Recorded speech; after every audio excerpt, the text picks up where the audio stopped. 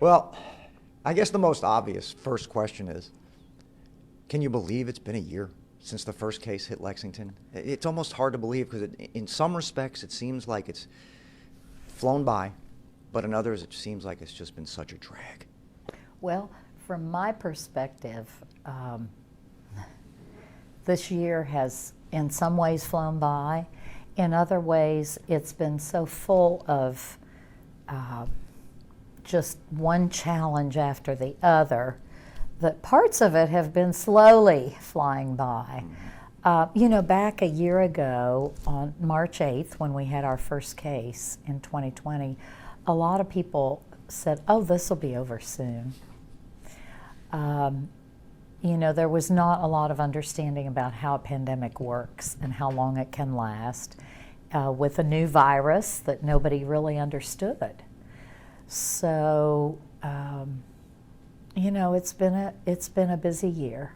Here in Lexington, we've had 237 deaths of our friends, our family, our neighbors. Now I think most people know someone or know someone who knows someone who, died from COVID. And that's the sad part, is all the people we've lost. Yeah. So. The city has weathered the storm, so to speak.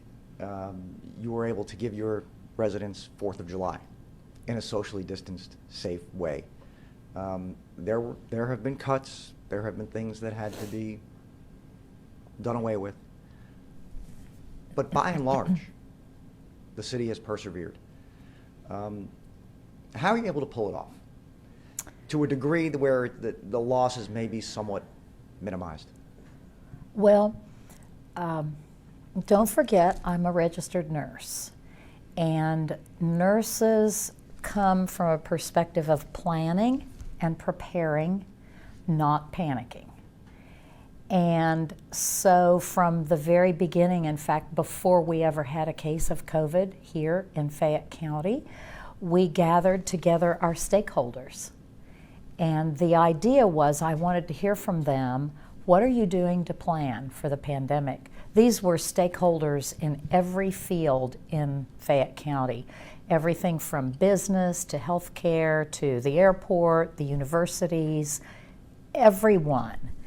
And it was really a matter of sharing information about what they were doing to get ready.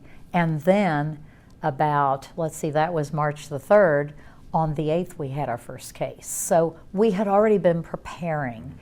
And I think that kind of mindset of preparation in an orderly, disciplined fashion is what helped us get through this. And the other thing was the partnerships. Oh my gosh, our partnerships have been awesome. Everything from University of Kentucky to healthcare providers to businesses, African American and other churches. We had a ton of partners, school system, BCTC. They enabled us to work through this. And it seemed that every time we turned around, there was a new challenge. You mentioned 4th of July. 4th of July, everybody thought we can't do one thing. But we did manage to do some things. And the creativity of our employees and the dedication of the government employees, the teamwork, it all made it happen. And that's how cities get through challenges. And this won't be the last challenge. I hope it's the last pandemic because not many mayors get a pandemic, right? But it's all about partnering, about working through on a daily basis. What's the new challenge? What do we need to do? Hear from the group, creative thinking, that kind of thing. There were obviously financial hits to the city. Yes. By being on lockdown, by having restaurants at first no capacity and then 30% capacity. So what was the one thing you had to do away with that you look back on today and say, boy, I wish we didn't have to do that, but we did? Is there anything that sticks out? Budgetary. Anything along those lines? last March, when we were doing our final preparations for the budget, we were looking at a $36 million hole in our budget. That's pretty substantial. It was really horrifying. And there were some things in the budget that impacted neighborhoods, and I will put them back in this coming budget because we realize that we'll have that opportunity. There were things that we didn't put in the budget because we were trying to find $36 million that we couldn't find. And some of them impacted our nonprofit community. We were able to put them back in. Mm-hmm. But we cut our operations and our employees. We didn't cut out employees, but we froze positions and defunded positions. Our government has been working with about 47 or 48 fewer employees and providing the same services. And that's tough. When you have to do that, that's very tough. We did not, we really didn't cut our services to citizens in a different sort of way. With the pandemic, we upped our service to our citizens. When you think of protecting our citizens through the COVID work and the money we gave toward feeding people, helping people who are about to get evicted. I mean, you can just name off a whole list of things. We did a really good job of that. You know, our focus was COVID-19, protect our citizens. What do we need to do? Provide basic services. We did that. And look to the future and the progress and the economic growth. And we did that. So, I've said this to you before, but it's worth repeating. You've worked with the governor in lockstep, yes. really, since Mm-hmm. day one. Mm-hmm. You're not on the same side of the aisle. And on the state and certainly federal level, we have not seen partisanship like that. Mm-hmm. Is that your nature as a politician? Or is that the nurse behind the political veneer realizing this is not political? Lives are at stake here. What enabled you to work across that party line with the governor so well? Well, believe it or not, even though I am the mayor of a mid-sized city, I don't see things in a political view. When you look at the services we provide to our citizens, filling potholes, paving roads, providing waste pickup, none of those are partisan. Those are not partisan issues. So I don't come at this from a partisan viewpoint, and I'm very lucky to serve in a nonpartisan seat. It's wonderful. I love it. I think it is my nature. You know, nurses are trained to approach people no matter what their viewpoints, their positions in life, their personalities, their patients. All of them are patients. And we treat everyone the same. And that is our way of approaching problems and people. And so it's a perfect fit for me. And I personally don't like partisan politics. And so it has enabled me to work with our state partners, the governor, other mayors, judge executives. It really is how we get things done. Well, that's just it, because if you have a partisan or party line vote and you're split, or there's a majority, mm-hmm. you can't get anything done collectively. Mm-hmm. And that's kind of the way you viewed it. Let me ask you about this county's health department.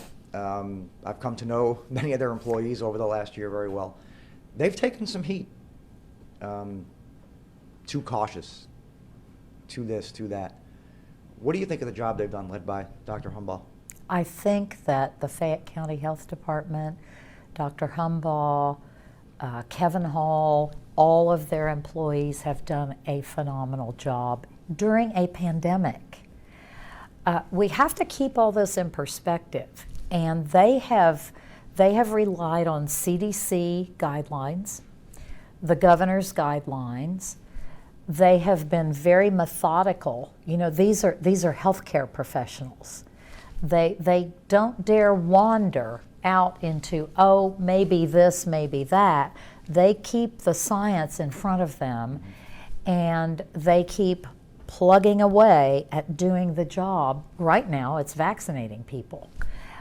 We started out with testing people, and they are not a huge health department, and yet they have managed a lot of ever-changing scenarios.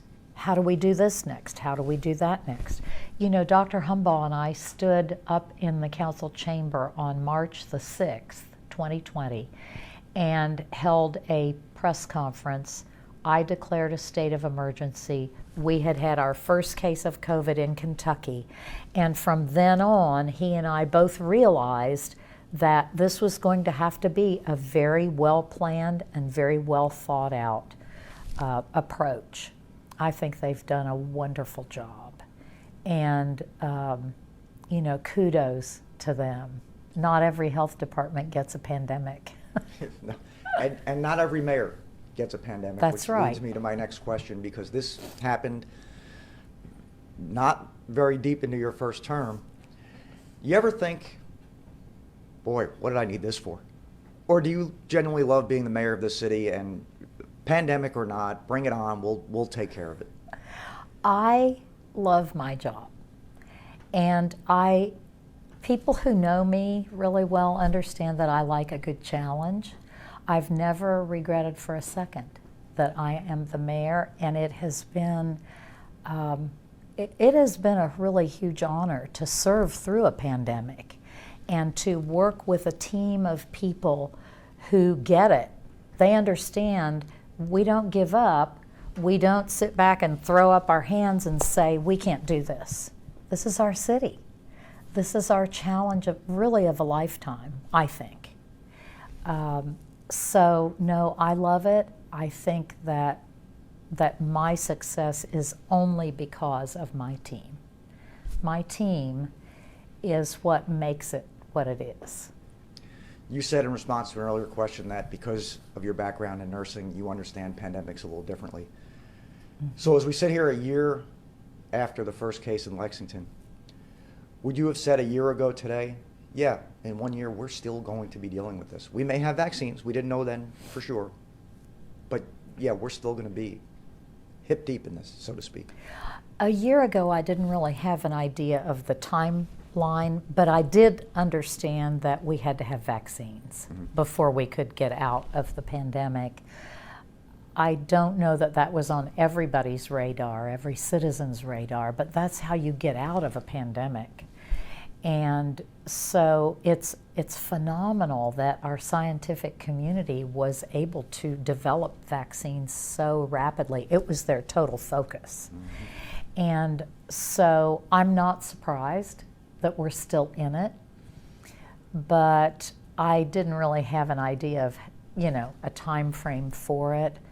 Everybody needs to get the vaccine when it's their turn so that we can get out of this, reopen. Go back to dinner with a group of friends you haven't seen for a while, right? That kind of thing. I am so excited about seeing my family who don't live here. And so all those things that are important to people, this is how we get there, is through the vaccine process. Which, I was going to ask you this last, but you led me perfectly down the road. If once we're all vaccinated, we have some sort of herd immunity at least, could the city do some sort of celebration? Have you thought about maybe opening up the city for everybody to enjoy? Maybe it's July 4th. Maybe by then we're there. I mean, could it be?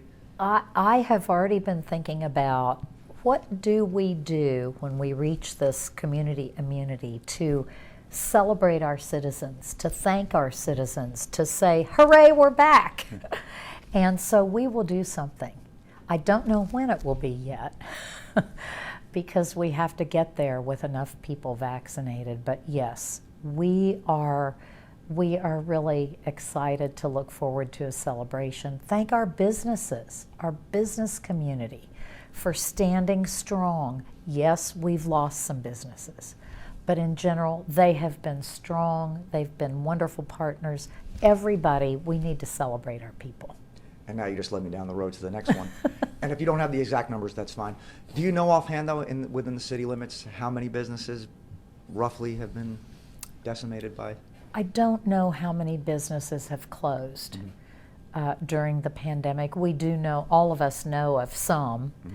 The thing about the business community is it will be strong, and it has stayed strong. Yes, we've lost some wonderful businesses, but the attitude among the business community is we're going to do this one day at a time.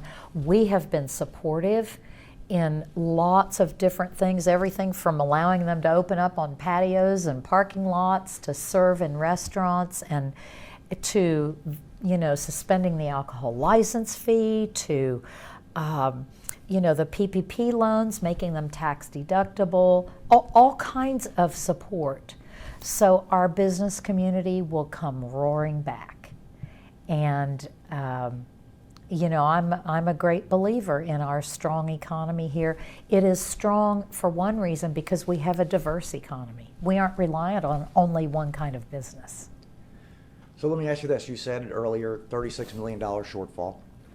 How do you make that up without your constituents noticing, wow, that parking meter didn't cost that last week, or this item didn't cost that 2 months ago? How do you do it? Well, quite honestly, one of the ways we have been able to survive is from the CARES money, the CARES Act, and the federal stimulus money.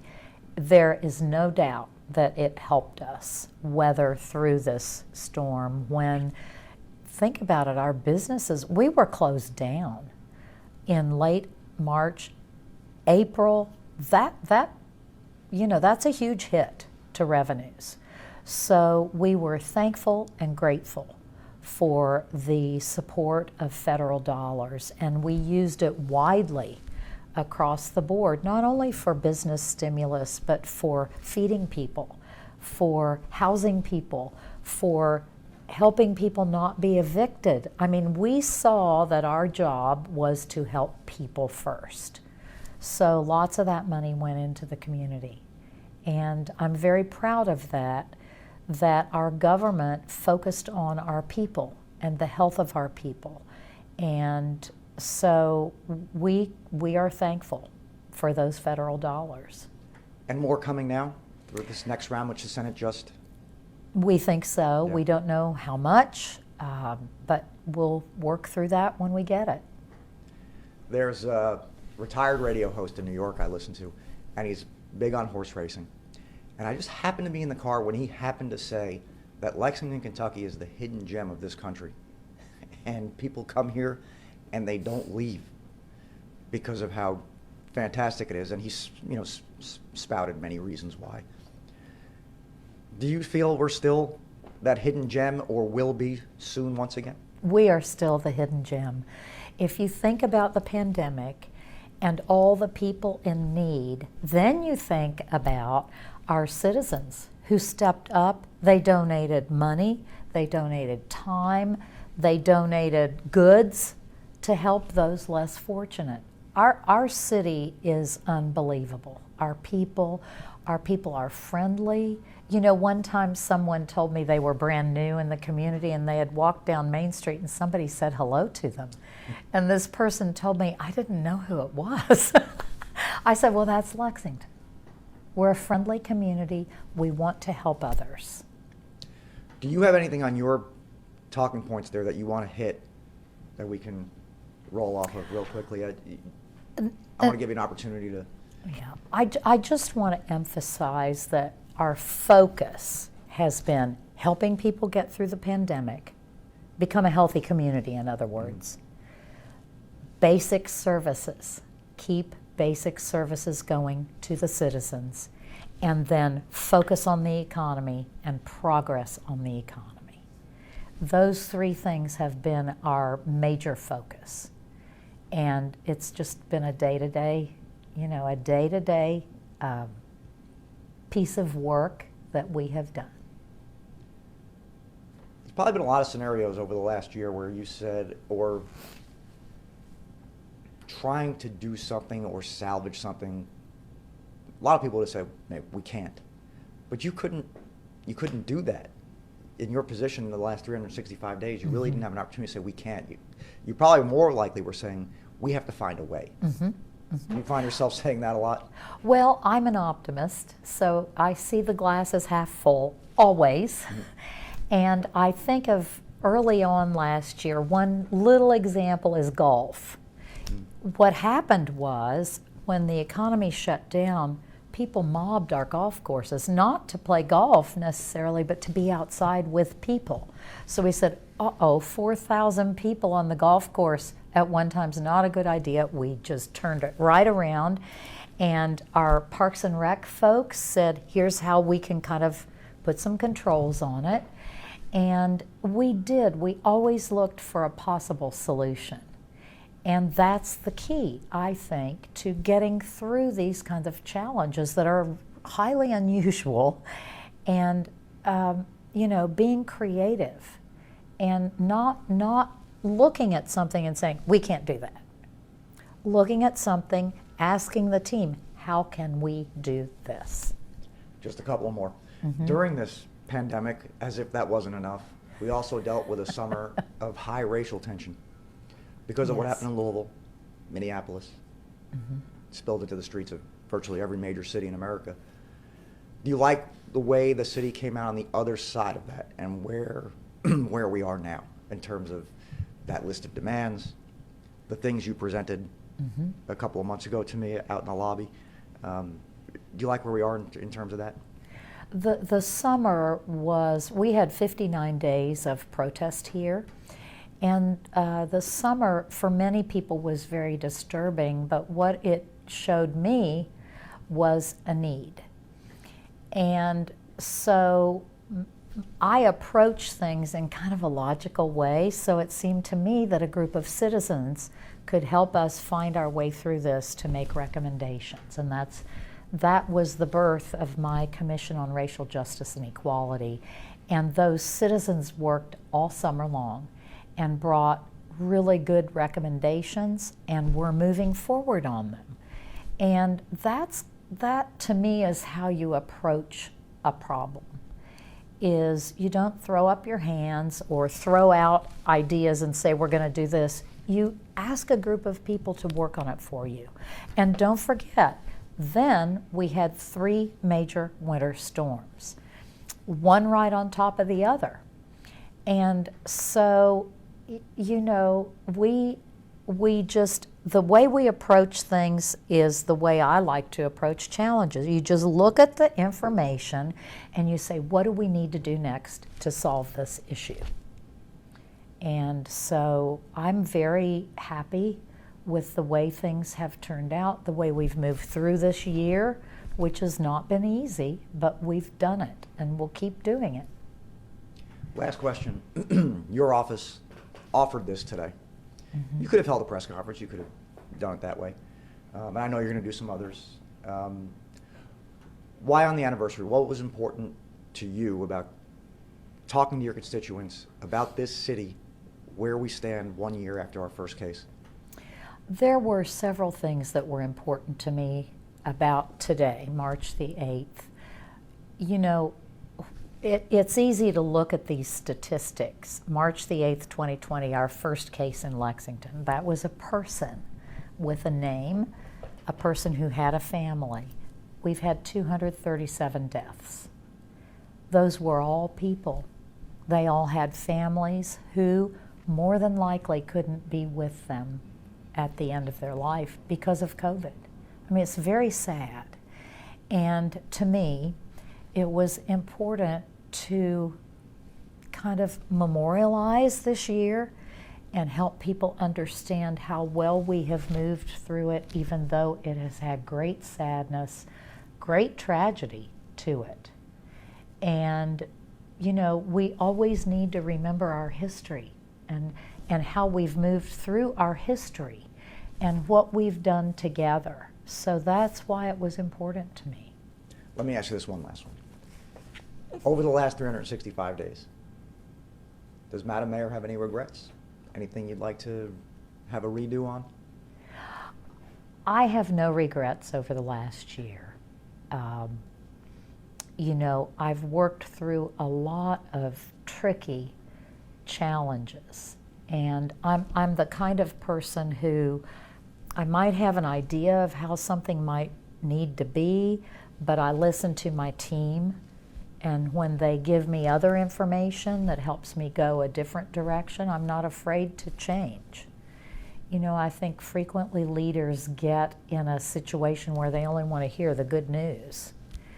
And, you know, this last year had lots of negative news, lots of what's considered bad news. I needed to know that in order to work through it and work through it with good information. And I think that's what good leaders do, is they don't just want to hear the good, they want to hear the bad and the, you know, middle of the road too, in order to make good decisions. So I don't have any regrets. There might be a couple little things I would change, but we have moved through it pretty well. Thank you, Mayor Gorton. Appreciate it. Thank you.